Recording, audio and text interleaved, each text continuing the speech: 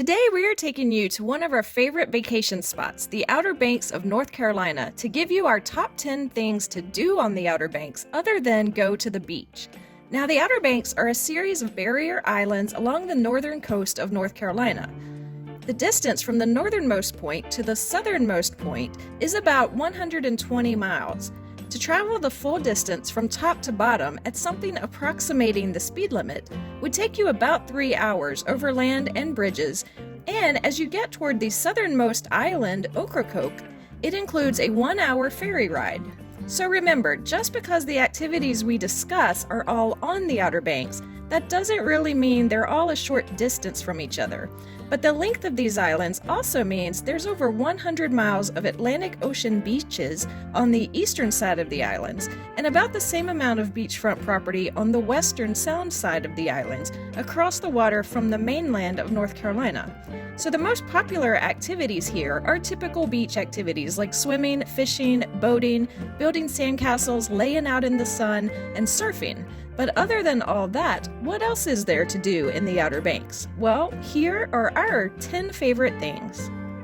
Number 10 is Jockey's Ridge State Park in Nags Head. This is the most visited state park in North Carolina and includes Jockey's Ridge, the tallest active sand dune system in the eastern United States. On this property is a visitor center with a museum and a boardwalk that takes you up to the dune area.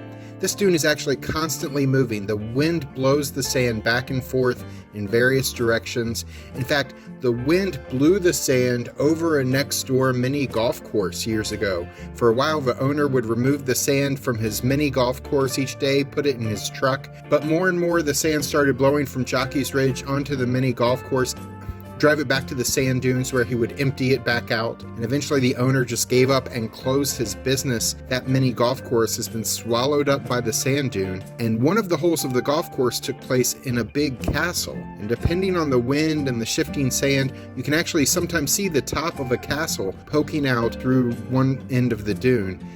It may not be a good place to play mini golf, but Jockey's Ridge is fun to climb, though folks with mobility issues can call at least 24 hours in advance to arrange a ride to the top in an off-road vehicle. With the heavy winds, it's a popular place to hang glide and a very popular place to fly kites. Number 9 is Digger's Dungeon. This is one of 2 locations on our list that is actually not at the Outer Banks. It's on the mainland, right across the sound from the islands, though. This is the home of the famous monster truck Gravedigger. You can actually see the original Gravedigger and several versions of it that have been used through the years in competition. There's a gift shop where you can get lots of Gravedigger memorabilia, a diner, and a petting zoo. There are also kid-sized monster trucks that the little ones can drive over a kid-sized obstacle course. The coolest thing here may be that you can actually ride in a monster truck over some hills and through the woods. The truck does go slow for obvious safety reasons, but how often can you say you rode in a legit monster truck? While you can see the trucks and the diner and the gift shop year-round, you can only ride the monster trucks in the summer. Check out our video about this place, linked above. Number 8 is Roanoke Island Festival Park in Manteo. This is one of 2 attractions on our list that commemorate the first English colony to settle in America. That colony is best known as the Lost Colony, as it disappeared and no one knows for sure what happened to the settlers, though many historians believe that they probably went to live with the friendly Croatoan tribe of Native Americans. This park seeks to recreate what life was like in the Roanoke colony for the settlers, as well as for their Native American neighbors. They use recreations of buildings as well as historic costume interpreters to show what life is like.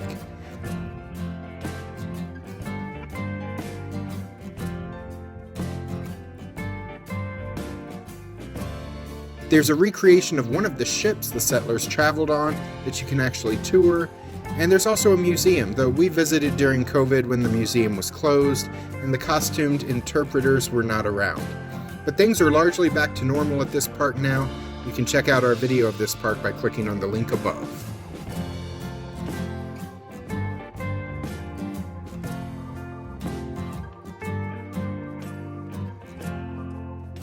Number 7 is historic Corolla Park.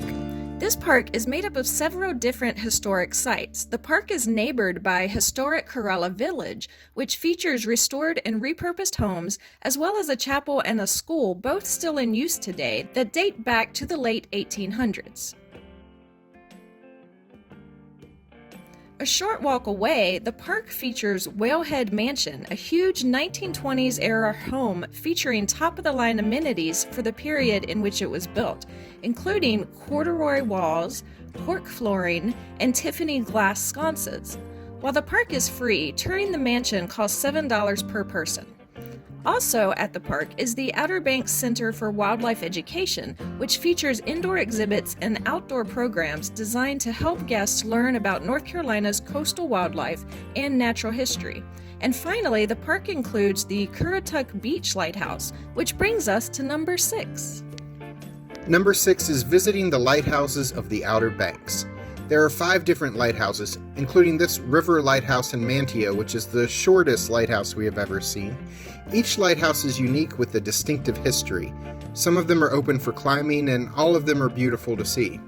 Some also offer a look at the lighthouse keeper's house on the property, and some even include park rangers or other workers who give talks about the lighthouse and related topics. We've seen 4 of the 5 Outer Banks lighthouses and plan to see the last one, the Ocracoke Lighthouse, later this year when we visit the southernmost island of the Outer Banks. If you're enjoying this video, please consider doing us a favor and subscribe to our channel.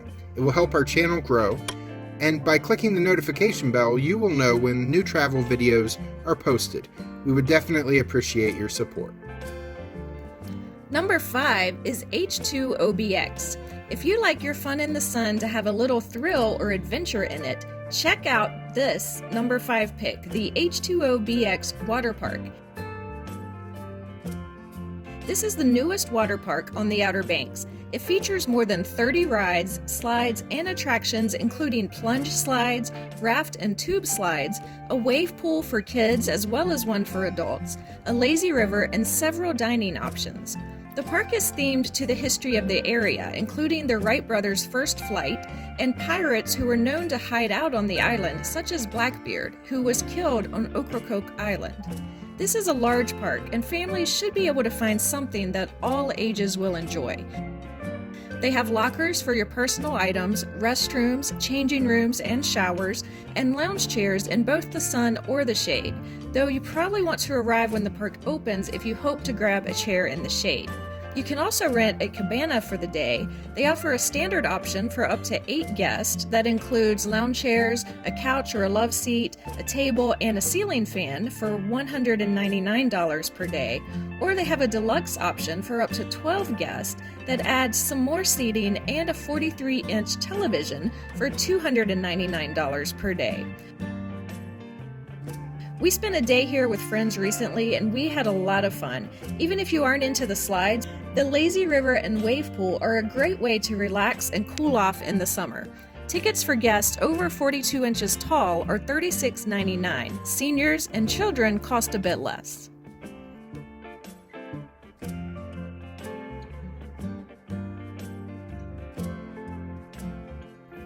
Number 4 is the Wright Brothers Memorial.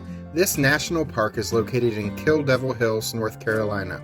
It honors Wilbur and Orville Wright, who, after 4 years of experimenting, achieved the first successful manned airplane flights in December 1903.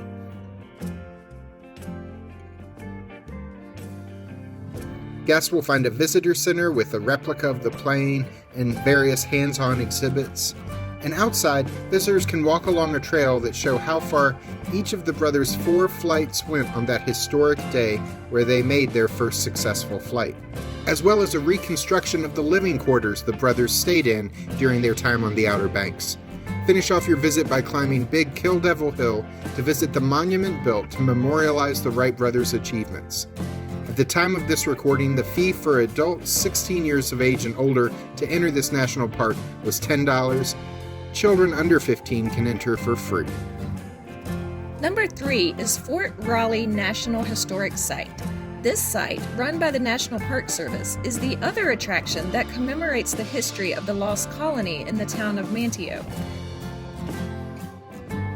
There's a botanical garden that shares the campus with this historic site. It was created in the style of gardens that were designed to entertain Queen Elizabeth I during her reign, as a memorial to the settlers who were part of the lost colony. We walked through last summer, and the beautiful blooms of the flowering plants, shrubs, and trees were really lovely.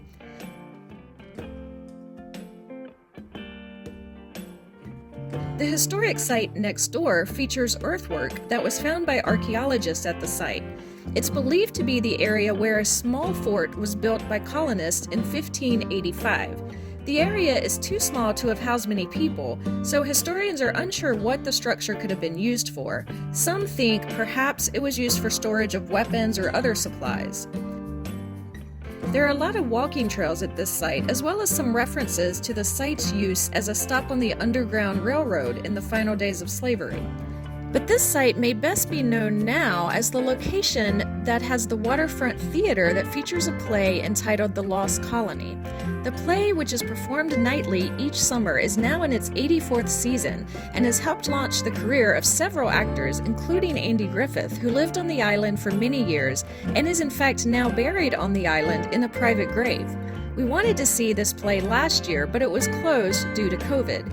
It reopened this year and we finally got to see it.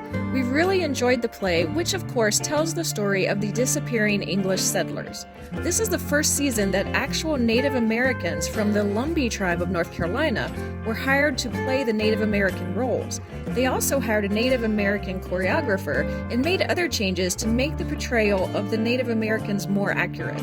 The play runs May 28th through August 21st on Mondays through Saturdays at 8:30 p.m. Tickets are $20 and can be purchased at thelostcolony.org. Number 2 is visiting the Duck Boardwalk. Officially named the Ducktown Park and Soundside Boardwalk, this area of shops, restaurants, and water activities is one of our favorite parts of the Outer Banks. In the heart of the city of Duck, North Carolina, you'll find this area that offers something for everyone. In Ducktown Park, you'll find a picnic shelter, playground, walking trails, a gazebo, an amphitheater, and a public kayak and canoe launch. It's surrounded by the Duck Boardwalk, which extends nearly a mile along the Currituck Sound and can be accessed from the town park and other locations along the way throughout the town's village commercial district. Along this boardwalk, you'll find shops, restaurants, kayak, canoe, and jet ski rentals, along with beautiful views of the Sound. This is a great spot to grab lunch, dinner, or dessert, and do a little shopping on your vacation, or maybe spend some time out on the water. Check out our full video of the Duck Boardwalk by clicking on the link above. Number 1 is going on a wild horse safari. Some parts of the Outer Banks are known for having wild horses that live in the area. These Spanish Mustangs have been on these beaches since the 1500s when European explorers left them behind. If you visit Corolla, you can take a tour and attempt to see these beautiful animals. There are a couple different companies that offer tours that will take you out on the beach and into some of the horses' favorite stomping grounds, which tends to be areas of the beach where you can drive or ride in a 4x4 vehicle. They can't guarantee that you'll spot the wild horses, but it's a fun trip riding on the beach either way. Reservations are recommended for these tours, especially in the summer months of June, July, and August, when Corolla's tourism and population are at its highest. In addition to all this is the beautiful beaches, great restaurants featuring seafood and Carolina-style barbecue, and the leisurely island life that makes vacations here so much fun.